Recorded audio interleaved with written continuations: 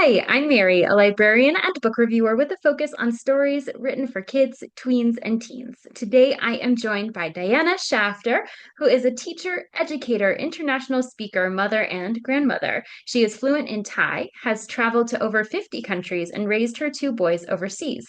Diana and her co-adventurer husband now live in Sydney, British Columbia, Canada, where she continues to write, give talks in schools and communities, and work with young people. Welcome, Diana. Very glad to be here. Thank you for giving me this opportunity.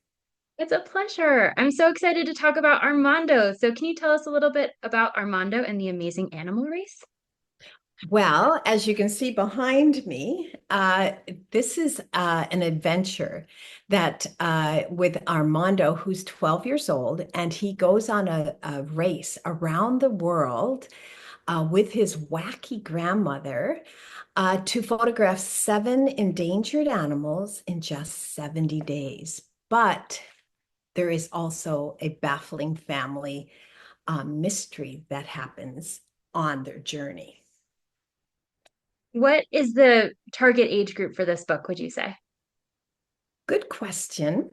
It is written on Amazon as 8 to 12, but having had different advanced readers, I have found that it actually can go to age 7 and 8 with read alouds with parents.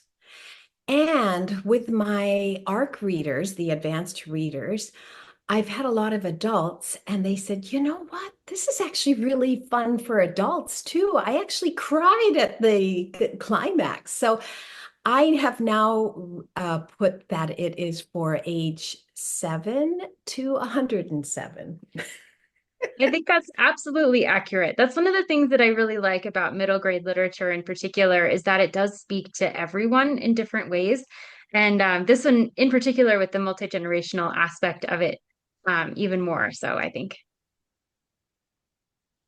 Yeah, the grandma adds that higher level of interaction with older people too.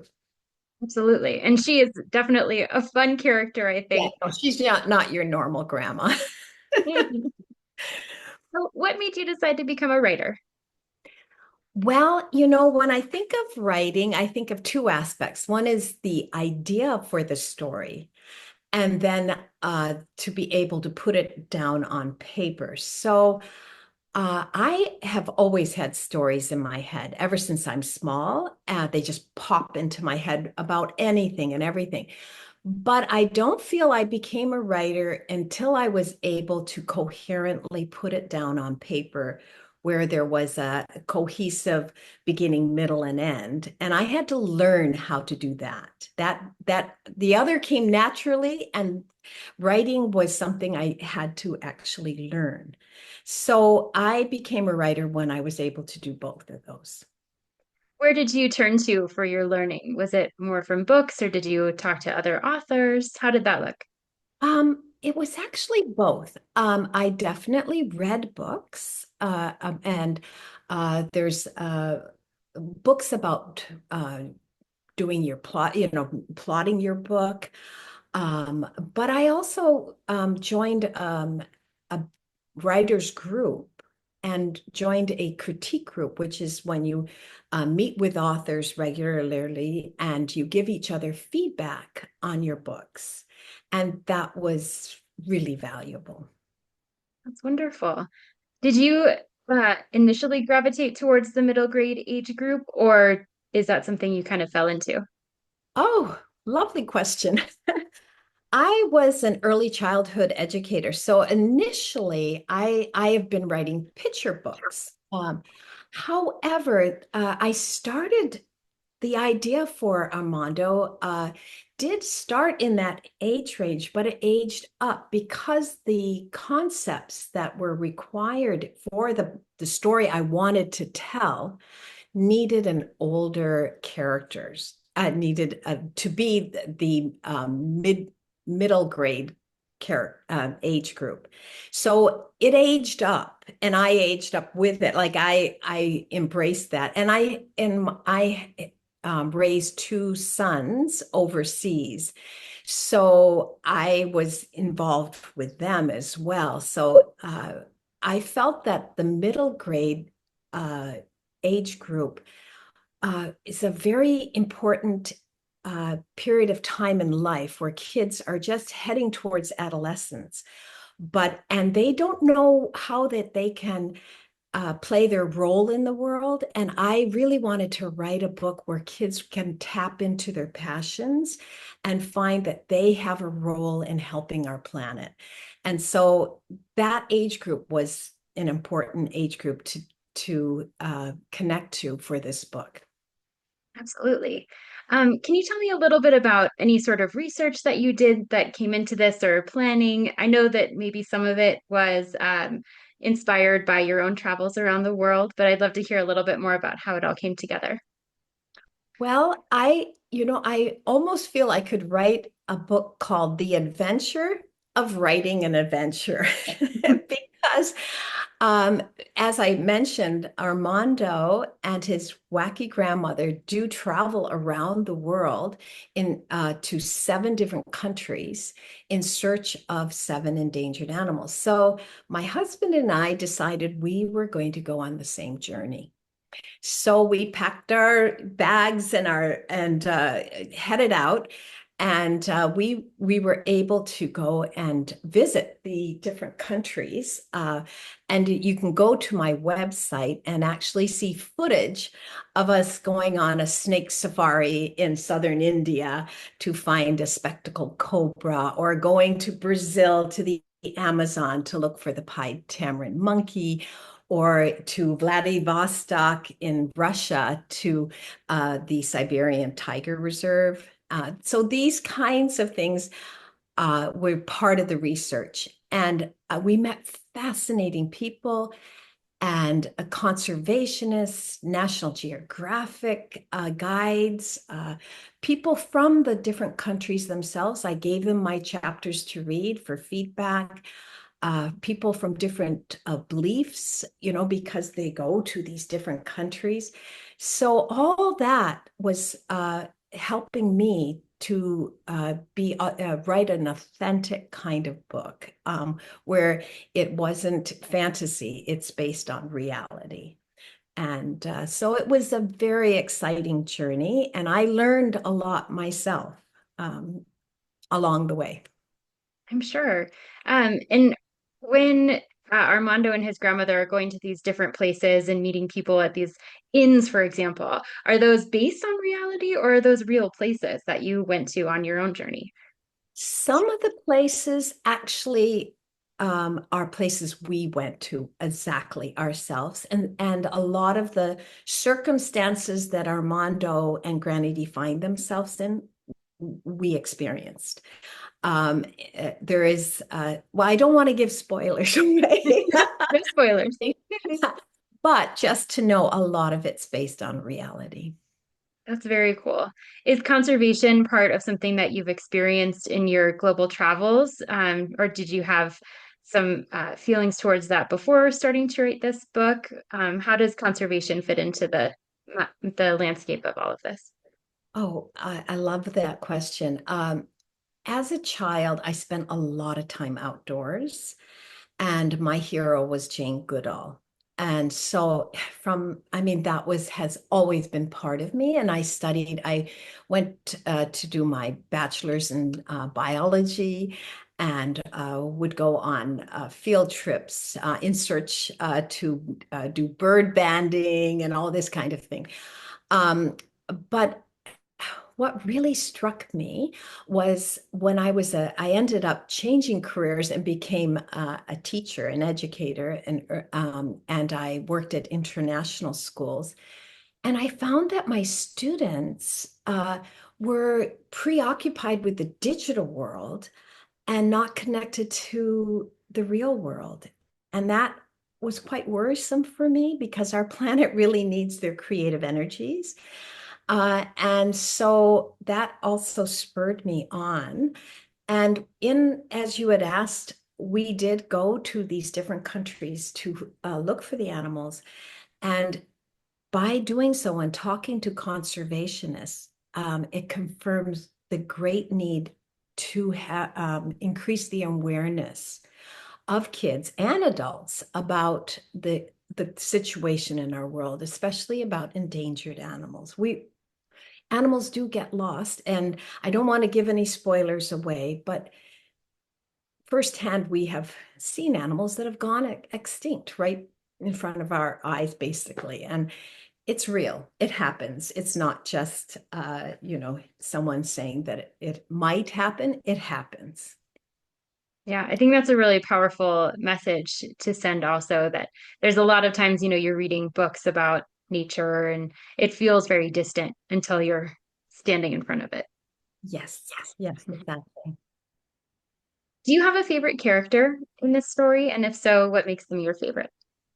Well, it is, of course, for an author, you don't want to play favorites, but I would say there's one character I really went on a deep journey with in order to get to know him at a deeper level, and that's Armando. And Armando, he's faced with a difficult relationship with his dad. It's a distant relationship that he has to overcome, and he desperately wants to grow closer to his dad and be able to share, his dreams and thoughts with his dad. And I realized that that was similar to myself. I grew up with a single mom because my parents got divorced when I was younger, and I didn't know my dad, and I desperately wanted to know him. He was a very creative man, musician and artist, and had gone to Harvard and all these sort of things, but I didn't know him. And so I had to go through this journey, same journey that Armando goes through, to be able to learn how to communicate that to your father or, your parent, and that kind of need to get closer. And I was able to get an editor. Uh, she was called an emotional editor, and she asked me to write a letter to my own father in order for me to understand the emotional feelings Armando might be going through. And that was pivotal for me as a person because I was able to connect more to my own father. And I really deeply could feel for Armando. And I won't give spoilers, but he does come to, he develops capacities that allow him to express himself to his father. So, That's a really cool process to kind of internalize it in that way where, you might be thinking about things from a cerebral perspective as you're writing. And then once you take it internal and have that emotional outlet, it changes it a little bit. Did you find that your story changed after you did that? That you had to go back and rewrite some things or? oh, absolutely. It really changed. And, I actually cried as I was writing. I'm like, oh, Armando, I understand you now, and it was this editor. I'm going to tell her name because she's just such a great editor. Her name is Holly and Williams, and she just helped me turn the book around. I really feel. That's wonderful. I didn't even know those kinds of editors existed. How I did. cool. Yeah, I was just very lucky to have found one. That's wonderful. Um, what do you hope that readers come away with after reading this book? Well, there are two takeaways I I wrote and hoped that readers would come away with. And one, if you when you see the when you read the book, you'll see this coming throughout the book, is the concept of looking for the good. And I feel that I would hope that kids and adults would see how they could look for the good in many aspects of their life, like look for the good in themselves, look for the good in others, especially those that have different perspectives than ourselves, challenging people that you're like, I can't talk to that person, but look for the good, find something that is is possible to connect with. And so I think that helps with looking for the good in different cultures. So a global, becoming more global minded, being more open minded.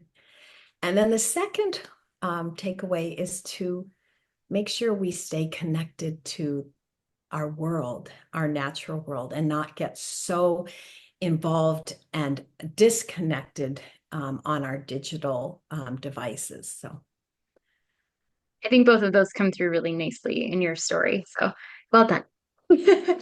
What advice would you give to authors or readers on their own personal journeys, whether it's with writing or with adventuring or with anything else they'd like to do?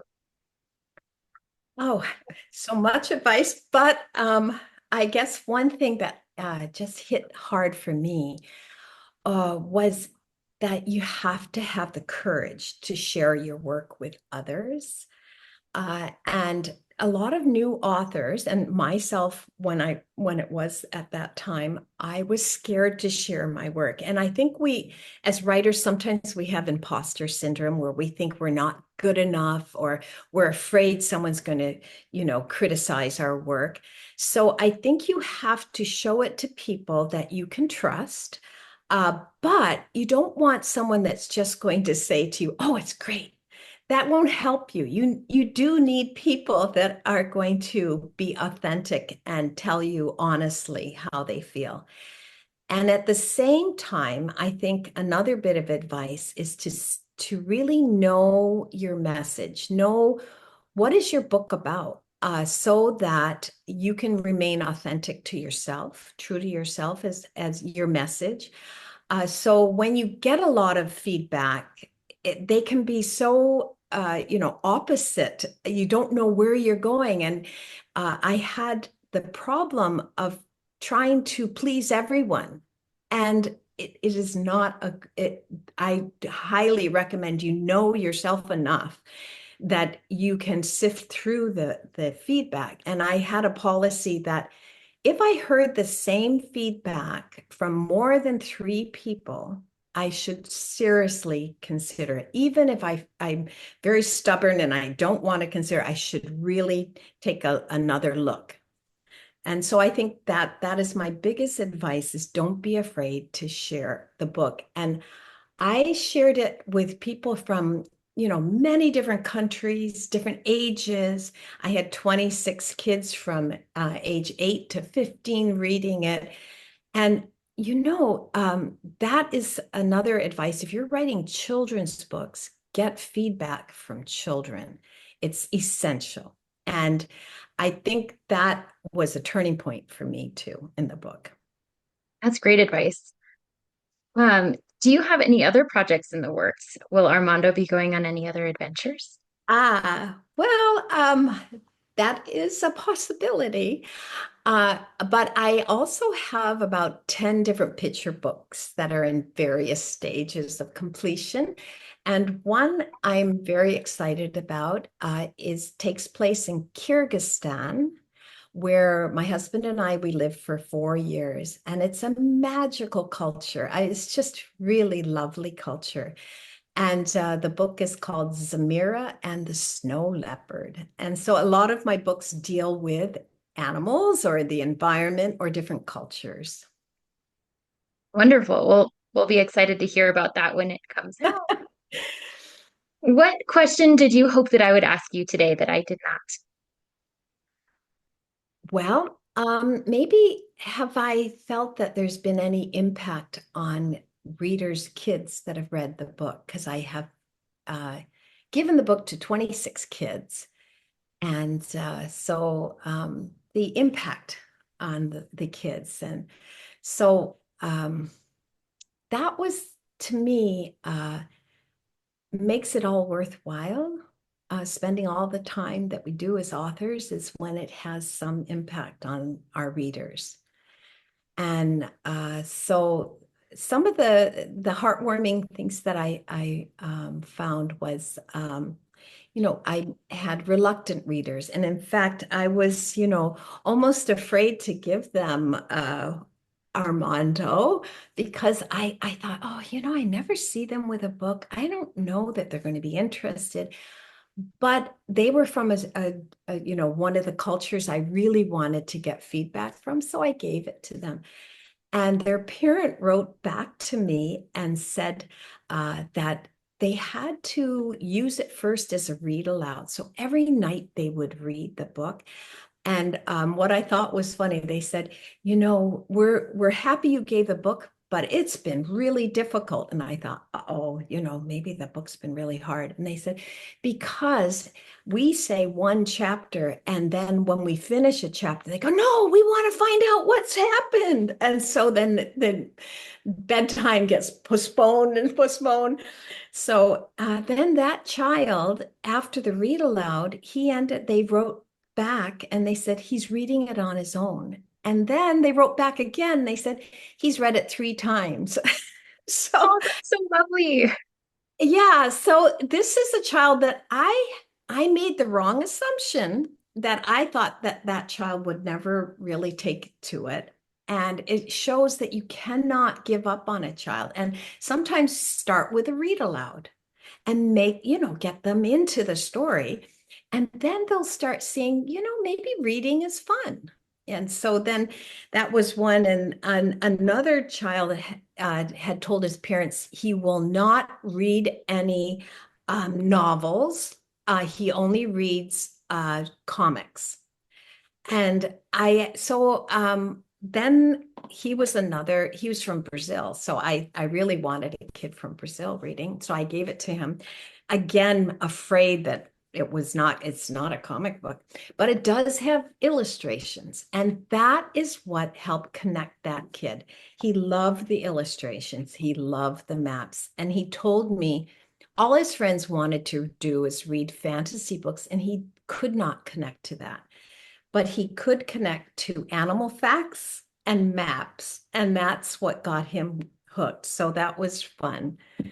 And I'll just tell you one more is I had a 14-year-old, and I thought that's a little bit older than what I had intended. But she's half Thai, half Canadian. And I thought that would be a great person to read the book. So I gave it to her. And then she wrote back to me and she said, you know what? I've taken up wildlife photography now. Good. Just see pictures of the animals around her neighborhood that she's really good. She's really become very good at taking photographs. And then another little boy from Israel, he was a little bit of a reluctant reader as well. And then his mother wrote to me and he said that because I had taken some of his feedback, I would have the kids give feedback. And then if I thought that it was appropriate and I thought that it really would enhance the book, I would use their feedback. And this little boy, I definitely listened to his feedback, and he was able to see what I did in the book, and it inspired him to become a writer. So he then entered some contests at school, and he dressed up as Armando for their school book day. How beautiful. How great to have so many different perspectives from around the world, and just a testament to your writing style that you're getting these kids who otherwise wouldn't necessarily be interested in a novel, interested in reading yours. Well, it's been fun for me because it was a great learning experience not to make assumptions about kids because some of the kids that I thought were going to be the most reluctant became the most vibrant in their feedback, and I mean, they're very excited about it. So I think it's a warning to parents, teachers, grandparents. Don't underestimate kids, and there's always a way to to connect. Absolutely. Well, Diana, it's been a pleasure speaking with you. Is there somewhere that readers can go to find out more about you or your books? Well, my website, which is my name, all lowercase, dianashafter.com.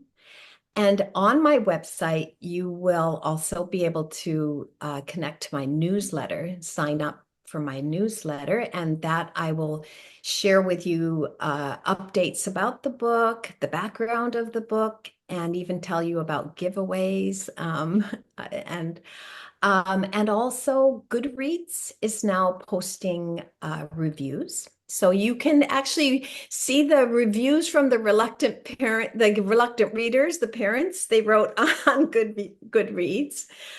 And also, where else? Well, Amazon and in bookstores.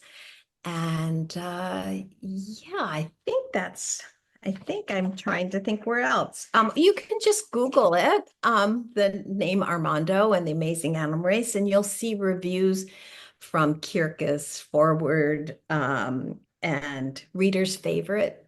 So yeah. Fantastic. Well, thank you again so much for taking some time with us today. If Armando and the Amazing Animal Race sounds like a great fit for you, I hope you look for it wherever you get your books. And thank you so much, Diana. Pleasure. Thank you so much for having me.